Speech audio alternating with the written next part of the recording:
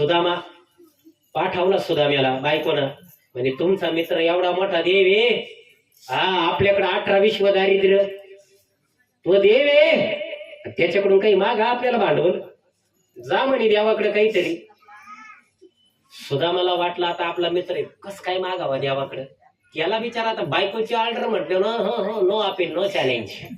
गेला बिचारा श्रीकृष्ण भगवंताकडे, ते अंतर्यामीच देव, माता मावल्यानं देवाचे.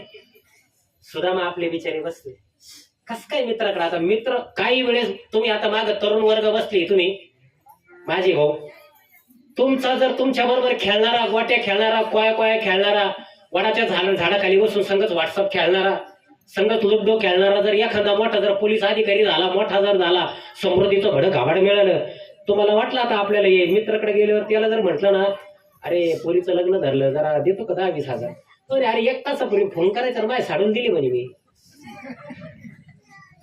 1 तासापूर्वी फोन केला असतं दिले असते साडून. म्हणजे लोक पैसे आल्यावर विसरतात, तसं सुदामाला वाटलं आता देवाकडे आपण कस काय मागावं, कस काय. सुदामाने माता मावलीला काहीच मागितलं नाही, पण महाराज देव आहे, देव आहे, हृदय मंदिरी शोधून पाहे, नाना रूपे नटला हरी, भरून ओरला चाराचरी. देवाला कळतं सगळं, देवाकडे केलेली प्रार्थना सगळी कळते, पण तुम्ही आम्ही काय करतो, श्रीकृष्ण भगवंताला कळून चुकलं, सुदामा कशाला आलाय, मागितलं नाही सुदाम्यानं. आणि आपली भक्ती सुद्धा सुदाम्यासारखी असावी, देवाकडे जाऊन काही मागायचं नाही माता मावल्यानं. पण आपले पोरं कॉलेजला जाणार आहे, नाही तर आपण 4 आठवणे देवाचे पिटूट टाकीतो. देवा मी कडक उपास धरला, महाशिवरात्रीचा सकाळपासून माय नवऱ्याला बनवून केली बाई माय माग, मी तुझा कडक उपास धरला, माय दिदीला असं स्थळ येऊ दे ना, असं स्थळ येऊ दे, मा नवराना लय पितो देवा, देवाला मा नवरा पितो, तिची सुटली पाहिजे. आमची कॉलेजला जाणारे पोरं देवाकडे जाते, इकडे तिकडे पाहते, तात्या कोणी हा, खरी परिस्थिती आहे. मला सुद्धा काही जण विचारायला येतात, देवा इकडे तिकडे पाहतात, देवा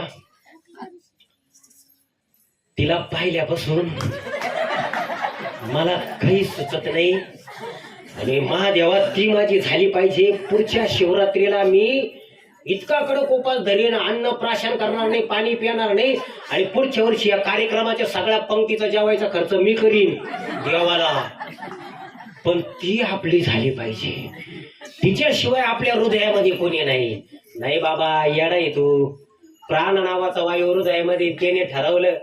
नाही महाराज, आपली भक्ती, मला सांगायचं काय माता, मला आपली भक्ती अशी, म्हणून ती भोळ दैवत आहे, त्याला सगळं करतं.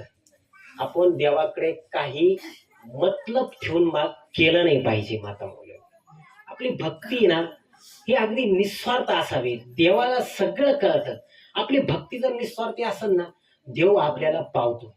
तेव्हा माता माऊल्यांनो, आता काही जण माता माऊल्यांनी इथं बसते, ते विचार करते, सर महाराज तुम्ही जण सांगू राहिले बिंबीच्या देठापासून, पण मी माळकरी, मी देवाची भक्ती करते, गुरुवार करते, सोमवार करते, सगळे आता संक्रांतीचे वाण पण वाटले, वाण पण वाटले, सगळं केलं, सगळं अगदी देवाचं मी करते, मी कुठंच काही करीत नाही, मी कोणाच्या वाकड्यात जात नाही, लेकी बाळीचे लग्न म्हणत नाही, हापशीवर गेल्यावर कोणाशी भांडत नाही, काही करीत नाही.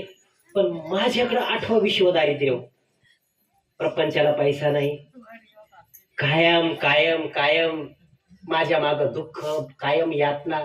देवा का बरं असं तुम्हाला सांगू माता माऊल्यांनो, टाकीची घाव सोसल्याशिवाय देवा सोन्याला सोने पण येत नाही, आणि लोखंडावर ते तापवलं जातं वारंवार, तो घिसाडी बघा तापवतो, त्याच्यावर हातोड्याचे वार केले जातात, तेव्हाच त्याला काहीतरी खुरप्याचा आकार येतो, कुऱ्हाडीचा आकार येतो.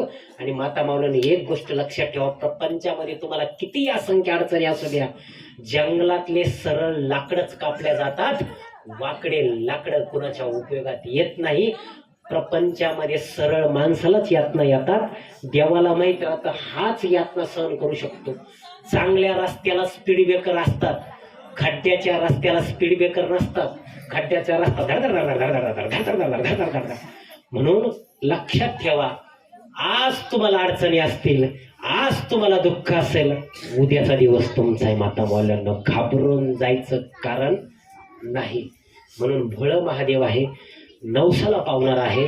नाथ महाराज सांगतात, वाचे वदता नाम. तुम्ही जर नामस्मरण बघा भगवंताचं जर इकडे या ना पुढे या ना या दिल्या पुढे या या या या तुमचीच वाट पाहत होतो मी या या या आता मला ताकद येईल माझ्या बहिणी आल्या ना आता जोडीदार या या या या या वा वा बघा कलियुगामध्ये फक्त नामस्मरणावर तुम्ही तरुण जाणारे बरं का. काही नाही काही नाही काही नाही तुमचा 10 लाखाचा बंगला 20 लाखाचा बंगला नाही नाही काहीच नाही. नाथ महाराज सांगतायत तुम्ही जर भगवंताचं नामस्मरण केलं महादेवाचं नामस्मरण केलं वाची वदता नाम नामस्मरण तुम्ही केलं तुम्ही म्हणता ना मला काय भावबंदाची गरज नाही बाई आता समृद्धीचा बख्खळ पैसा भेटला माझं अकाउंट टाईट फुल झालं एकदम नवऱ्याचं फुल आहे हा आता बंगला बांधला मोठा 10 लाखाचा 20 लाखाचा बंगला राहायला माडी घरकामाला गडी हा राहायला माडी घरकामाला गडी बसायला गाडी संध्याकाळी पोरग घेतो थोडी थोडी पोरग घेतो थोडी थोडी नाही नाही महाराज अजिबात नाही. तुम्हाला सांगू भगवंताचं फक्त तुम्ही नामस्मरण केलं पाहिजे. कलियुगामध्ये तुम्हाला काहीच कामाला येणार नाही. तुमची 10 लाखाची एफडी असू द्या 20 लाखाची एफडी असू द्या ही सगळं खेळ गरुड पुराणामध्ये सांगितलेला ते जागा नाही तात्या सांगायची. आपण जिवंतपणे म्हणतो 4 दिन की जिंदगानी आयुष करली यार कोणी पाहिला घ्या खाऊन जाशन मरून तर टाकीन बुरून कोणी पाहिला घ्या मजा करून नाही नाही नाही महाराज.